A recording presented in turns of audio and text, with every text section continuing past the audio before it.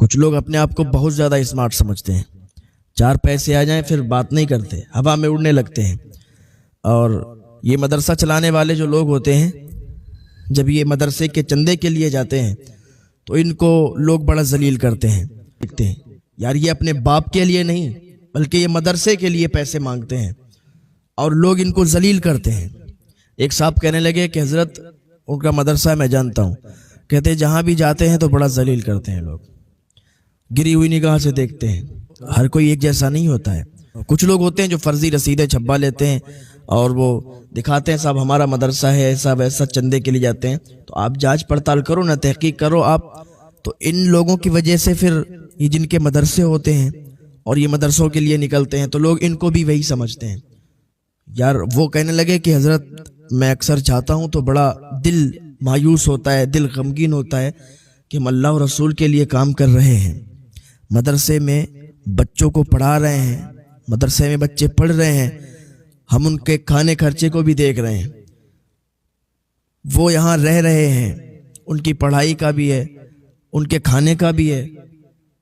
ارے ایک گھر میں یار اگر 10-12 لوگ ہوتے ہیں تو روز پوچھا جاتا ہے کیا سبزی بنائے، سب آج یہ سبزی بنے گی، کل وہ سبزی، آج سبزی بنی ہے تو کل کی فکر ہے، دوپہر کو کھانا بنائے تو شام کی فکر ہے۔ یا 10-12 لوگوں میں لوگ پریشان ہو جاتے ہیں، ارے وہ تو 100-200، کسی کے مدرسے میں 500، کسی کے مدرسے میں 50، اس طریقے سے بچے پڑھ رہے ہیں تو ان کو کتنی فکر ہوگی، تو پھر شام کو کیا بنے گا، اور پیسے نہیں ہے، فنڈ ہے نہیں، تو پھر ان کا کیا بنے گا۔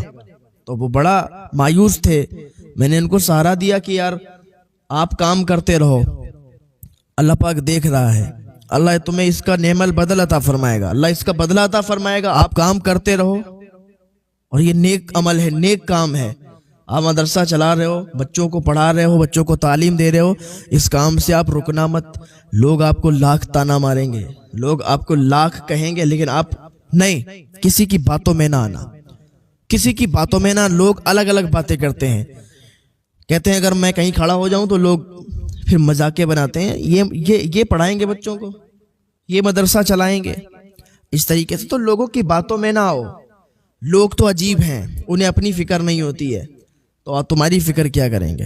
تو اگر آپ کے دروازے پر کوئی چندہ لینے آئے تو آپ تحقیق کرو، اس کی جانچ پڑتال کرو کہ بھائی ان کا مدرسہ ہے یا نہیں ہے۔ تو سب کو ایک نظر سے مت دیکھو، ہر کوئی فرضی نہیں ہوتا ہے۔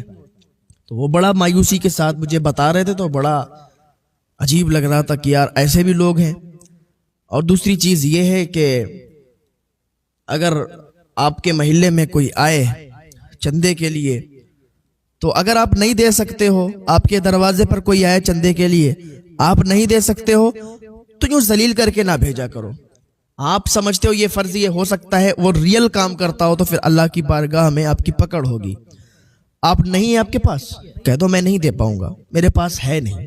لیکن اگر نہیں دے رہے ہو تو ان کو ذلیل کر کے نہ بھیجو، کیونکہ ان کا حوصلہ ٹوٹ جاتا ہے، مایوس ہو جاتے ہیں وہ لوگ جو چھوٹے چھوٹے مدرسے بیچارے چلا رہے ہیں اور بچوں کو پڑھا رہے ہیں۔ اگر آپ ان کی مدد کریں گے، ان کا ساتھ دیں گے، اور وہ مدرسے چلا رہے ہیں، بچوں کو پڑھا رہے ہیں، ان کا اگر ساتھ دیں گے، 1 روپیہ بھی اس مدرسے میں خرچ کریں گے تو وہ 1 روپیہ بھی آپ کی بخشش کا ذریعہ بن جائے گا۔ اور صاحب اگر وہ ریئل میں ان کا مدرسہ ہے اور آپ نے ذلیل کر کے اپنے دروازے سے انہیں بھگا دیا تو یہی جہنم میں لے جانے کا سبب بھی بن سکتا ہے۔ تو یہ زبان ہے نا، اس کو تھوڑا کنٹرول میں رکھیں تبھی بہتر ہے، ورنہ ساری چیزیں زبان سے ہی ہو جاتی ہیں۔ آپ جہنمی بھی زبان سے بن جائیں گے اور جنتی بھی زبان سے بن جائیں گے۔ اگر آپ کسی کی برائی کریں گے، کسی کی چغلی کریں گے، کسی کی غیبت کریں گے تو پھر آپ کو گناہ ملے گا۔ اگر اسی زبان سے آپ کسی کی تعریف کریں گے، کسی کو اچھا کہیں گے اور نیکی والی باتیں کریں گے، اچھی باتیں کریں گے، تو اسی زبان کی وجہ سے آپ جنت میں بھی جا سکتے ہیں۔ تو اپنی زبان کو تھوڑا کنٹرول رکھیں۔ اگر کوئی دروازے پر آئے تو یوں مت بھگایا کرو، بھگ آگے چل کے دیکھ، میرے پاس کچھ نہیں ہے، میرے گھر میں کچھ نہیں ہے، تجھے نہیں دے سکتے۔ نہیں دے سکتے ہو بھائی، اگر وہ تمہیں فراڈ لگ رہا ہے تو نہیں دے سکتے ہو تو کہہ دو بھیا آگے بڑھ کے دیکھ لو، ہم نہیں دے پائیں گے۔ یہ کہنے کی کوئی ضرورت نہیں کہ میرے گھر میں ہے ہی نہیں کچھ، میرے پاس تو کچھ ہے ہی نہیں، ہو سکتا ہے کہ وہ ضرورت مند ہو، اللہ تعالیٰ کو یہ تمہاری ادا پسند نہ آئے اور اس کی وجہ سے تمہیں تباہ و برباد کر دیا جائے، کیونکہ کوئی کسی کے دل کا حال نہیں جانتا ہے۔ تو یہ جب وہ بتانے لگے مدرسے کے بارے میں تو بڑا عجیب لگا۔ میں نے کہا یار آپ کام کرتے رہو، اللہ تعالیٰ آپ کو بہت زیادہ نوازے گا، اللہ تعالیٰ آپ کو اس کا بدلہ عطا فرمائے گا۔ کہنے لگے حضرت میں نے مدرسہ کھولا تو مدرسے میں نے اپنی پوری زمین دے دی کر کے اس میں رہنے لگتا، لیکن ہم نے اللہ اور رسول کے لیے دین کے کام میں حصہ لینے کے لیے، دین کی خدمت کرنے کے لیے ہم نے وہ زمین دے دی۔ ہم نے کہا بچے پڑھیں گے تو بچے پڑھیں گے، تو ظاہر سی بات ہے جب کوئی اپنی زمین دے گا، مدرسہ تیار کرے گا، اس میں جب بچے پڑھیں گے تو صرف دنیا ہی نہیں، دنیا سے وہ چلے بھی جائیں گے تب بھی نیکیاں بڑھتی رہیں گی اور ان کو ثواب ملتا رہے گا۔ تو کتنے فائدے ہیں، وہ تو مدرسہ چلا رہے ہیں بنا کے اپنی زمین میں، تمہارا کیا کام ہے کہ تم اگر 100 روپے سے بھی ان کی مدرسے کی مدد کر دو گے نا تو پھر تمہیں بھی بہت زیادہ ثواب ملے گا۔ تمہاری ایک اینٹ اگر مدرسے یا مسجد میں لگ جائے گی تو جب تک وہ اینٹ لگی رہے گی جب تک تمہیں نیکیاں ملتی رہیں گی، چاہے تو تم دنیا میں رہو اور چاہے تم مر کے چلے جاؤ، قبر میں چلے جاؤ، تو تمہاری نیکیاں بڑھتی رہیں گی۔ اور یہی سبب ہوتا ہے، یہی ذریعہ ہوتا ہے ایک ہمارے پاس نیکیاں کمانے کا۔ ورنہ ہم کیا کرتے ہیں، پیسے کماتے ہیں، کھاتے ہیں، کماتے ہیں، اڑاتے ہیں۔ بھائی کہیں مسجد میں ہم نے حصہ لے لیا، ہماری اتنی اگر حیثیت نہیں ہے، ہماری اتنی وسعت نہیں ہے تو ہم کوئی نہیں، دین کے کام میں اگر 1 روپیہ بھی دیں گے تب بھی آپ کو ثواب ملے گا۔ ایسا نہیں ہے کہ اگر ہم مالدار ہیں، ہم نے لاکھوں روپے خرچ کر دیے تو سامنے والا بھائی مالدار نہیں ہے، اس نے 100 روپے دیے تو اس میں بھید بھاؤ ہو جائے گا کہ بھائی اس کو نیکی نہیں ملے گی۔ اگر آپ 1 روپیہ بھی خرچ کرو گے تب بھی آپ کو بہت زیادہ ثواب ملے گا۔ بس یہ ہے کہ جو زیادہ خرچ کرے گا، جو زیادہ دے گا تو ثواب میں اسی طریقے سے اضافہ ہو جائے گا۔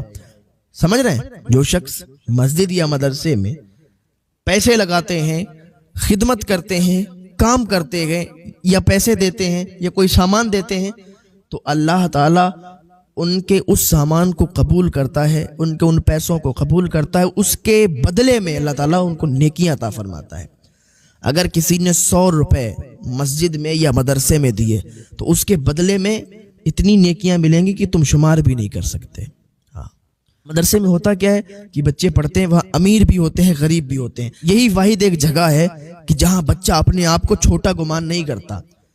یعنی اگر امیر ہوگا، کروڑ پتی بھی ہوگا تو وہ بھی اسی بچے کے ساتھ بیٹھ کے کھانا کھائے گا جو غریب کا بچہ ہوگا۔ جہاں امیر کھائے گا وہیں غریب کھائے گا، جہاں امیر بیٹھے گا وہیں غریب بیٹھے گا۔ جس درسگاہ پہ امیر کا بچہ بیٹھے گا اسی درسگاہ پہ غریب کا بچہ بھی بیٹھے گا۔ ہاں، اس میں بھید بھاؤ نہیں ہوتا ہے کہ بھائی امیر کا بچہ وہاں بیٹھے گا، غریب کا بچہ یہاں بیٹھے گا۔ یہی وجہ ہوتی ہے کہ جو غریبوں کے بچے ہوتے ہیں، غربا حضرات کے بچے ہوتے ہیں، تو وہ اپنے آپ کو یہ محسوس نہیں کرتے کہ ہم غریب ہیں۔